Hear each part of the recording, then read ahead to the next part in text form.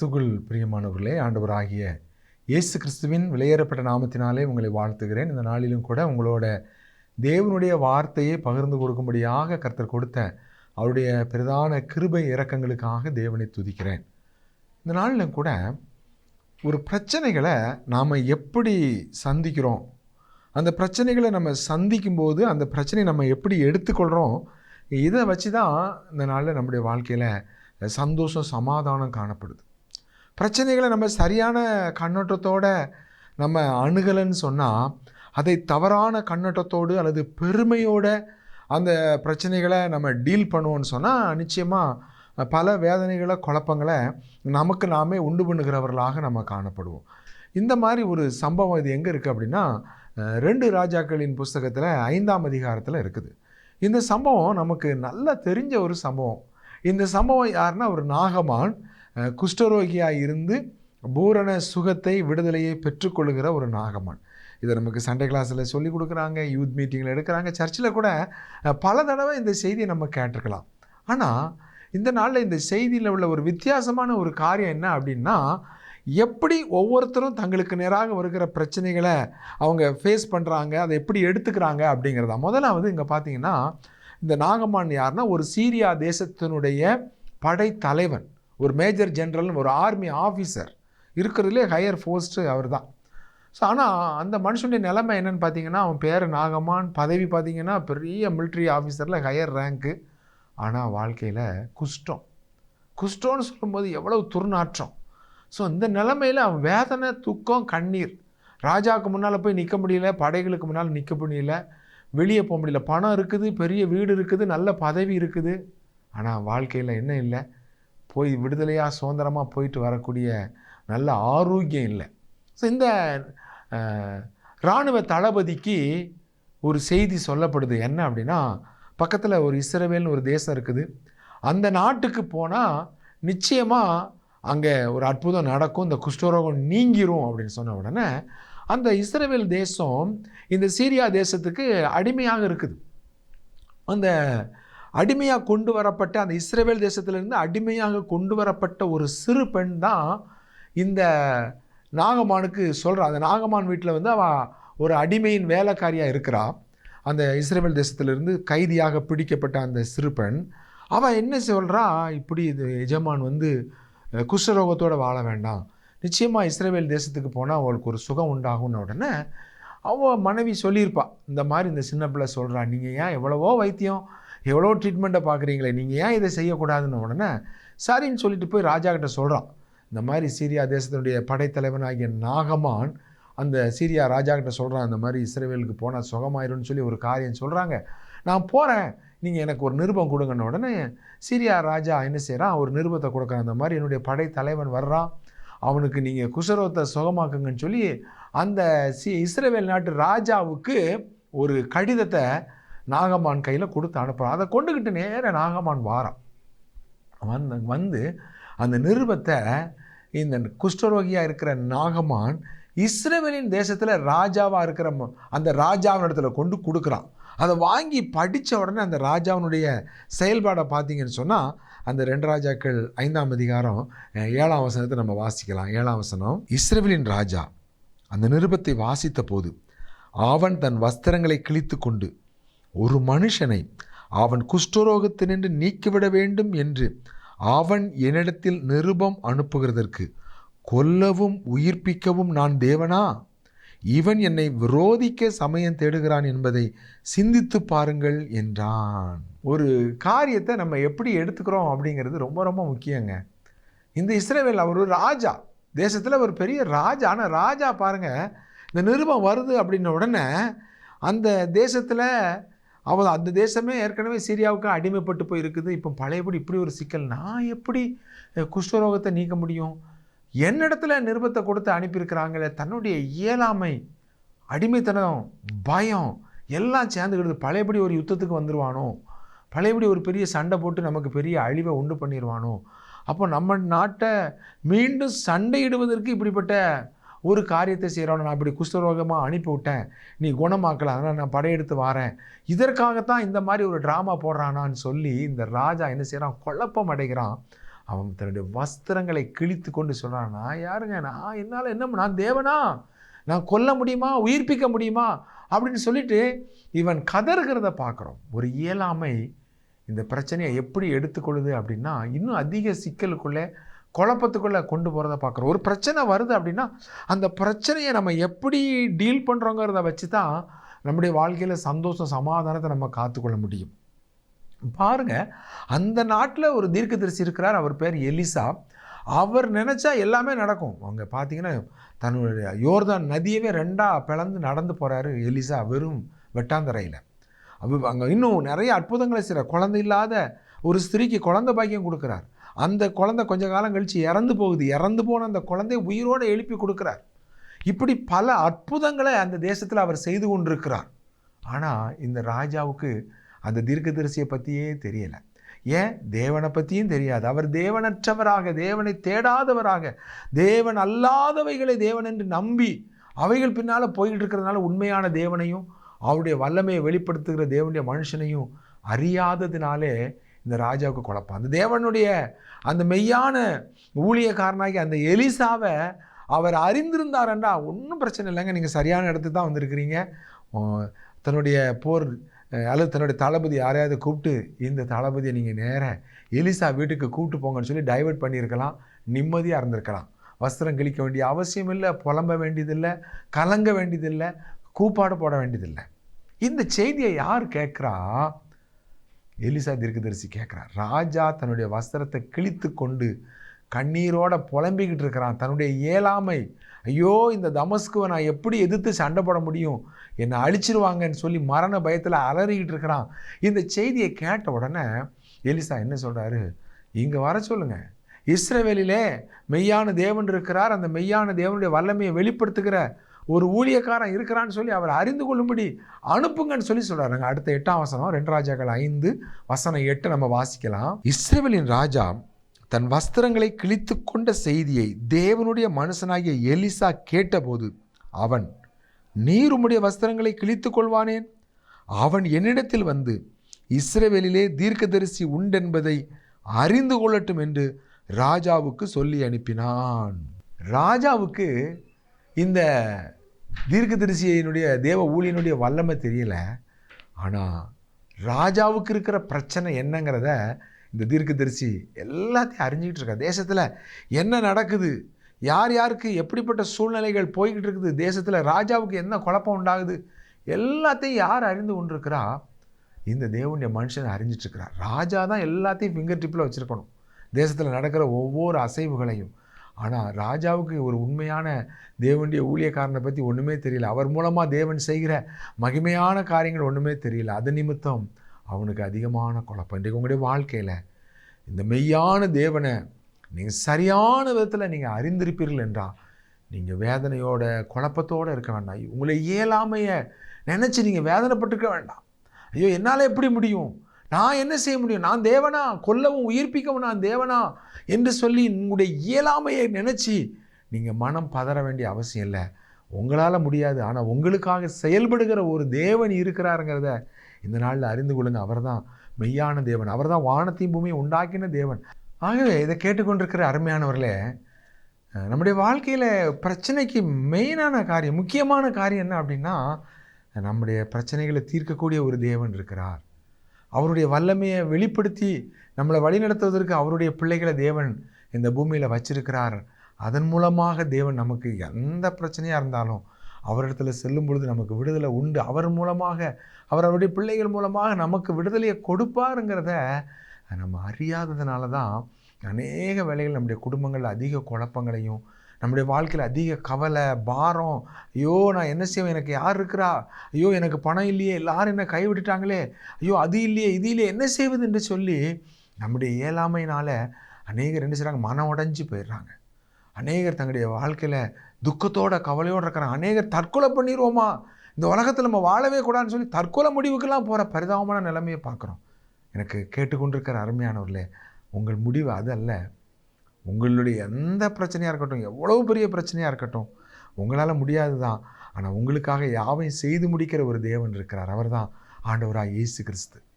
கர்த்தர் எனக்காக யாவையும் செய்து முடிப்பார் என்று தாவீது சொல்கிறத போல உங்களுடைய பிரச்சனைகளுக்காக உங்களுக்காக செயல்படுகிற ஒரு தேவன் இருக்கிறார். இங்கே எலிசாவை தேவன் அந்த தேசத்தில் வைத்திருக்கிறார் என்கிறத அந்த தேவனையும் அந்த தேவனுடைய மனுஷனாகி அந்த எலிசாவையும் அவர் அறியாததுனால தான் இந்த ராஜாவுக்கு இவ்வளவு வேதனை, இவ்வளவு குழப்பம், வஸ்திரங்களை கிழிக்கிற பரிதாபமான நிலைமை.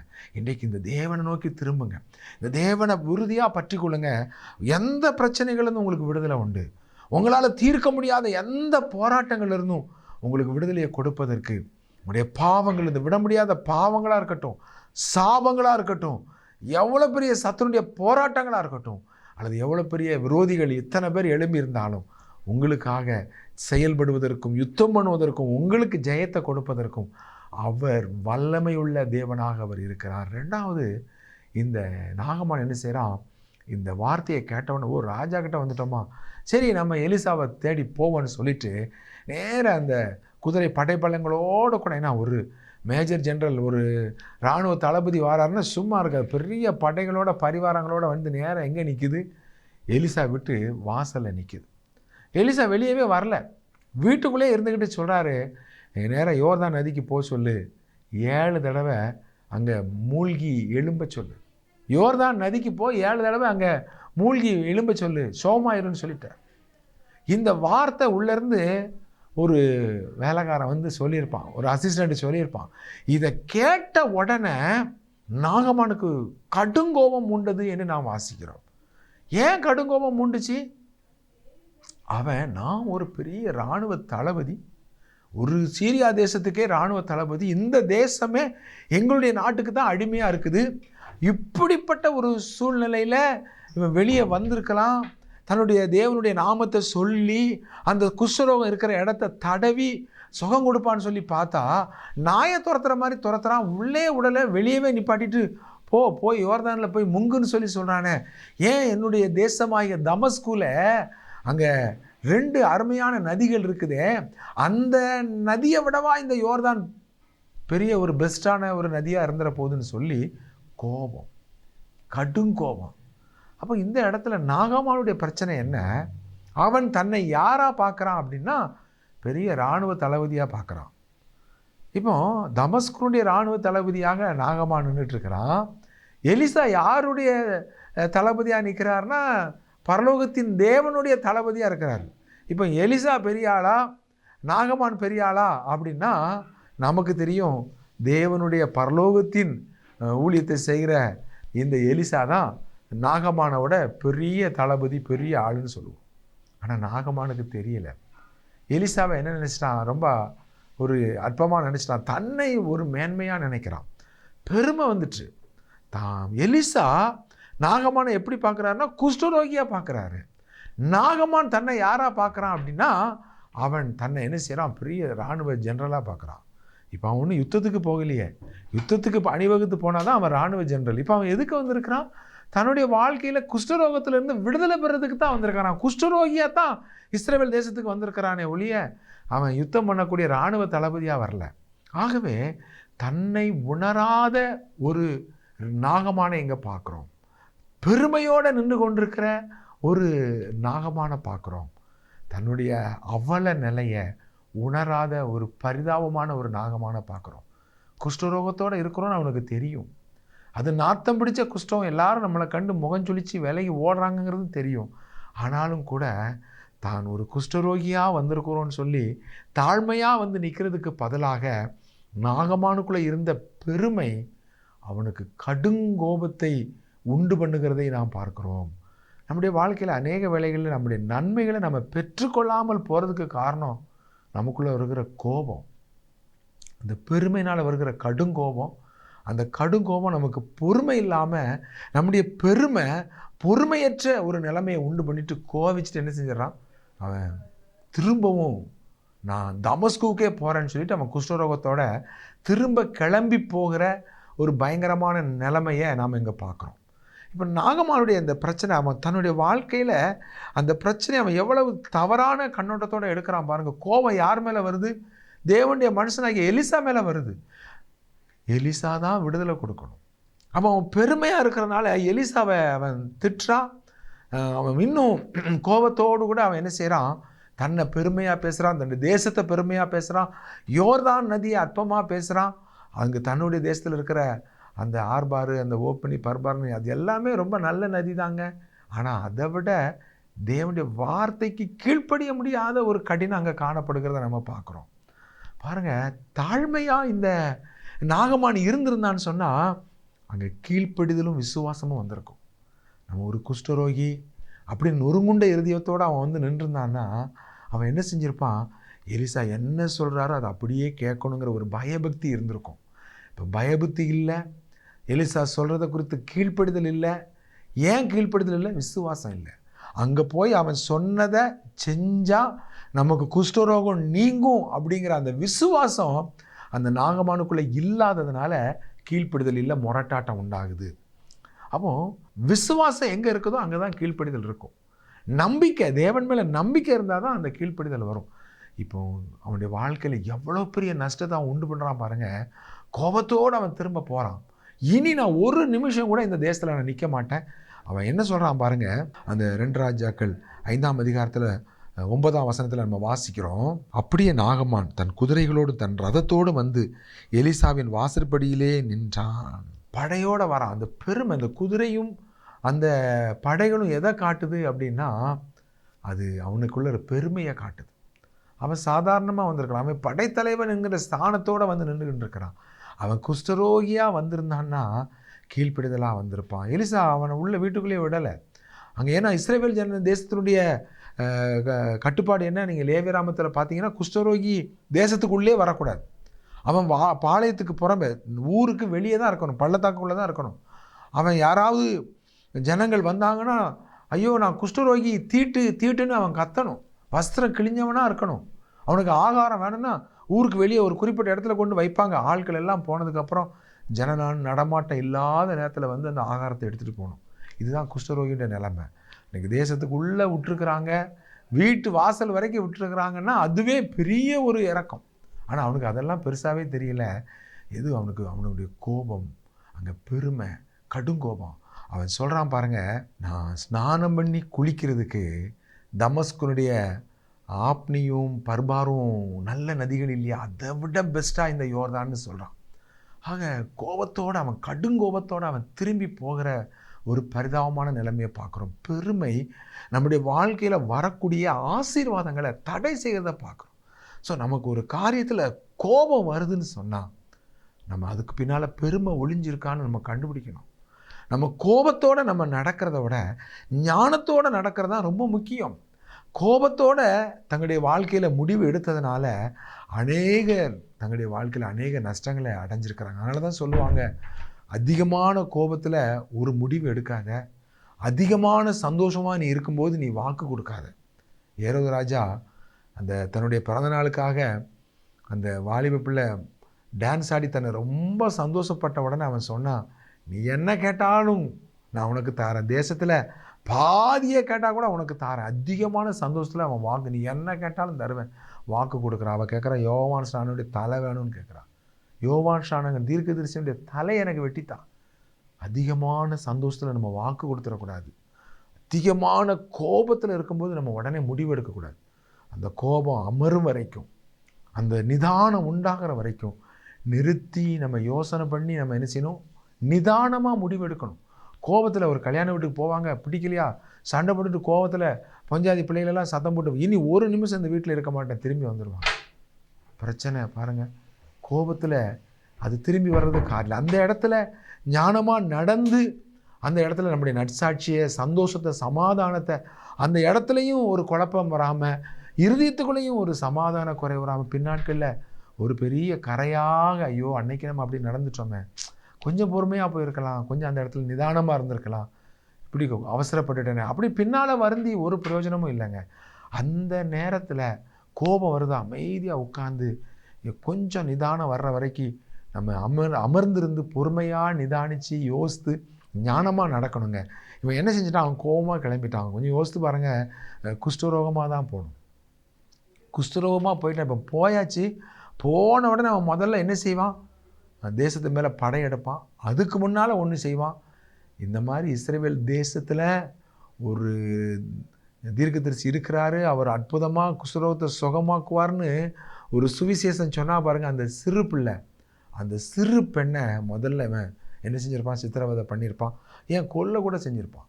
அவ்வளோ கடுங்கோபத்தோடு அவன் போகிறான். ஒன்னால தான் எனக்கு இவ்வளோ அவமானம், இந்த வார்த்தையை இவன் சொன்னதுனால தான் இவ்வளோ முதல்ல சிறைச்சேதம் பண்ணுவோன்னு சொல்லி இந்த தேசத்து மேலே எலிசா மேலே இருக்கிற கோபம் முழுசையும் அந்த சிறு பிள்ளை மேலே கொண்டு காட்டுவான். ஆனால் தேவன் விடுவார விட மாட்டார். எனக்கு அருமையானவர்களே, தேவனுடைய ஊழியத்தை நீங்கள் செய்கிறீங்களா? தேவனுடைய வார்த்தை நீங்கள் யாருக்காவது அறிவிக்கிறீங்களா? ஒருபோதும் ஒரு நஷ்டம் வர ஆண்டவர் விடவே மாட்டார். நீங்கள் வெட்கப்பட ஆண்டவர் விடவே மாட்டார். தைரியமாக ஆண்டவரை பற்றி சொல்லுங்கள். யாரிடத்துலையும் நீங்கள் ஆண்டவரை பற்றி அறிவிக்கிறதுக்கு பயப்படாதீங்க, நீங்கள் வெட்கப்படாதீங்க. அப்படி ஆயிருமோ இப்படி ஆயிருமோ பின் விளைவுகளை யோசிக்காதீங்க. அது தேவனுக்குரியது. உங்கள் பகுதியை நீங்கள் செய்ய வேண்டியதை செய்யுங்க. உங்களை காப்பாற்றுறது, அவர்களுக்கு முன்பாக உங்கள் தலையை உயர்த்துவது, அது தேவனுடைய பகுதி. ஆமாம், இப்போ நாகமான் கோபத்தோடு ஆர்டர் போக விடுவாரா? விடலை. அங்கே என்ன செய்யறான்? ஒரு புத்தியுள்ள ஒரு ஞானமான ஒரு போர் சேவகன் சொல்கிறான், ஐயா கொஞ்சம் நிதானத்துக்கு வாங்க, ரொம்ப கோவப்படாதீங்க. ரொம்ப கோவப்பட்டு நீங்கள் போனீங்கன்னா குஷ்டரோகத்தோடு தான் போகணும். அதுக்காக நம்ம வரல. இராணுவ தளபதி நமக்குரிய ராஜ மரியாதையை வாங்கிறதுக்காக நம்ம இப்போ வரல. குஷ்டரோகம், இந்த குஷ்டரோகத்திலேருந்து விடுதலை போகணும். நீங்கள் ஒருவேளை இதை விட ஒரு கஷ்டமான ஒரு காரியத்தை அந்த மனுஷன் செய்ய சொல்லி தான் நீங்கள் செய்வீங்களா? இல்லையா? செய்வேன். இப்போ என்ன சொல்லிட்டாரு? அந்த யோர்தானில் போய் 7 தடவை உன்னை முங்கி எழும்ப சொன்னார். அதைத்தானே, ஒரு எளிதான காரியம் தானே. இந்த இருக்குது யோர்தான் நதி, போனோமா அதில் குளிச்சோமா 7 தடவை முங்கி எழும்பணுமா, சுகமாயிட்டுனா விடுதலை கிடச்சிருமே, நிந்த நீங்கிருமே, வேதனை நீங்கிருமே, துர்நாட்டம் நீங்கிருமே, சுகம் உண்டாகி அவமானம் மாறிடுமே. நீங்கள் நல்ல ஒரு மதிப்பு மரியாதையுமான ஒரு போஸ்ட்டில் இருக்கிறீங்க, நீங்கள் நல்ல சுகமாயிட்டுனா எவ்வளவு ஒரு கனத்தோட இங்கே வெக்கத்தோடு நீங்கள் வாழ வேண்டாமே, மற்றவங்க ஏளனமாக பேசுகிற ஒரு நிலைமைக்கு நீங்கள் வாழ வேண்டாமே, உங்களுக்கு விடுதலை கிடைக்குமே. பாருங்கள், அந்த போர் வீரன் சரியான வார்த்தையை சொல்கிறான். நீதிமொழிகளில் சாலமோன் சொல்கிறாரு, ஏற்ற நேரத்திலே சொல்லப்பட்ட வார்த்தை வெள்ளித்தட்டில் வைக்கப்பட்ட பொற்பழங்களுக்கு சமானம்.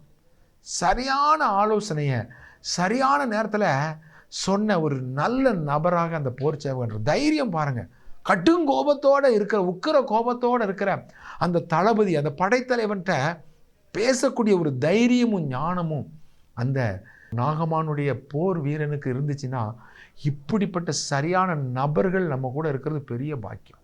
இந்த மாதிரி சரியான நபர்கள் நம்ம கூட இல்லாதனால தான் அநேகர் தங்களுடைய வாழ்க்கையில் தங்களுடைய கடும் கோபத்தினால அதிக குழப்பங்களை, நஷ்டங்களை தங்களுடைய வாழ்க்கையில் உண்டு பண்ணுறாங்க. உண்மையாக உங்களை நேசிக்கிறவங்க அந்த இடத்துல உங்களுடைய தப்பை தண்டிப்பாங்க, உங்களுடைய தப்பை கண்டிப்பாங்க, உங்களுடைய தவறை திருத்துறதுக்கு எதுவாக பேசுவாங்க. கோபத்தோடு போனீங்கன்னா குஷ்டரோகமாக தான் போகணும். இதில் குளிச்சு பாருங்கள், கடினமான ஒன்றுன்னு சொல்லலையே. அந்த வார்த்தைகள் நாகமானுடைய இருதயத்தை தொட்டுச்சிங்க. அவன் நேராக போனான். 1 2 3 6 தடவை எந்த மாற்றமும் இல்லை. 6 தடவை முங்கி எழும்புனாங்க, எந்த மாற்றமும் இல்லை. ஆனால் 7ஆம் தடவை முங்கி எழும்பின போது வேதம் சொல்லுது, ஒரு சிறு பிள்ளையின் மாம்சத்தை போல மாறிட்டு.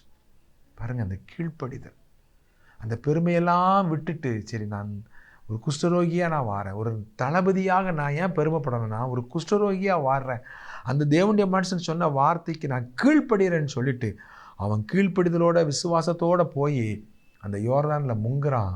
வேதம் சொல்லுது, அவனுடைய மாம்சம் ஒரு சிறு பிள்ளையினுடைய மாம்சத்தை போல மாறிட்டு, புதிதாக பிறந்த ஒரு குழந்தையின் மாம்சம் எவ்வளவு அழகாக இருக்குமோ அவ்வளோ அருமையாக மாறிடுச்சு. பாருங்கள், வேதனை நீங்குகிறது கீழ்ப்படிதல்.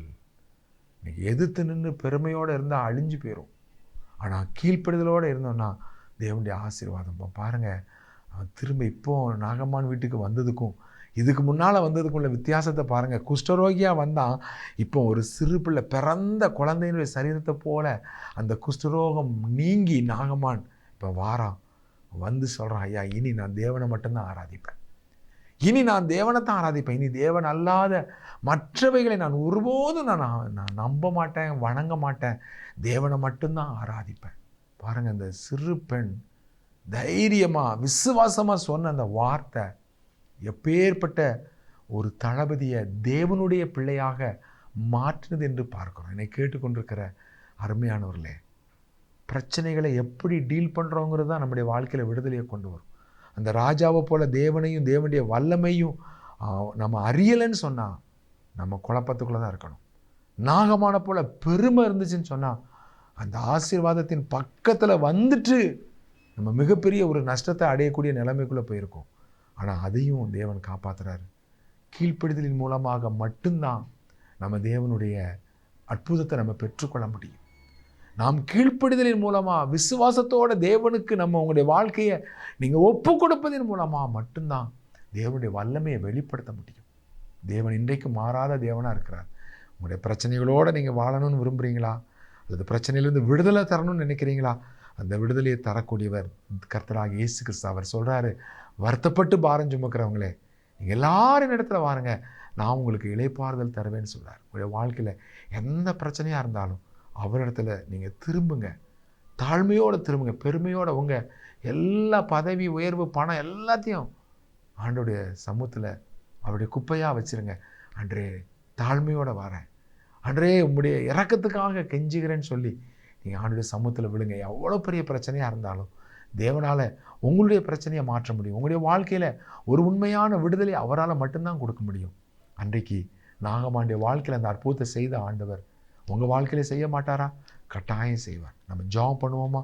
கர்த்தர் தாமே உங்களை ஆசீர்வதிப்பாராக.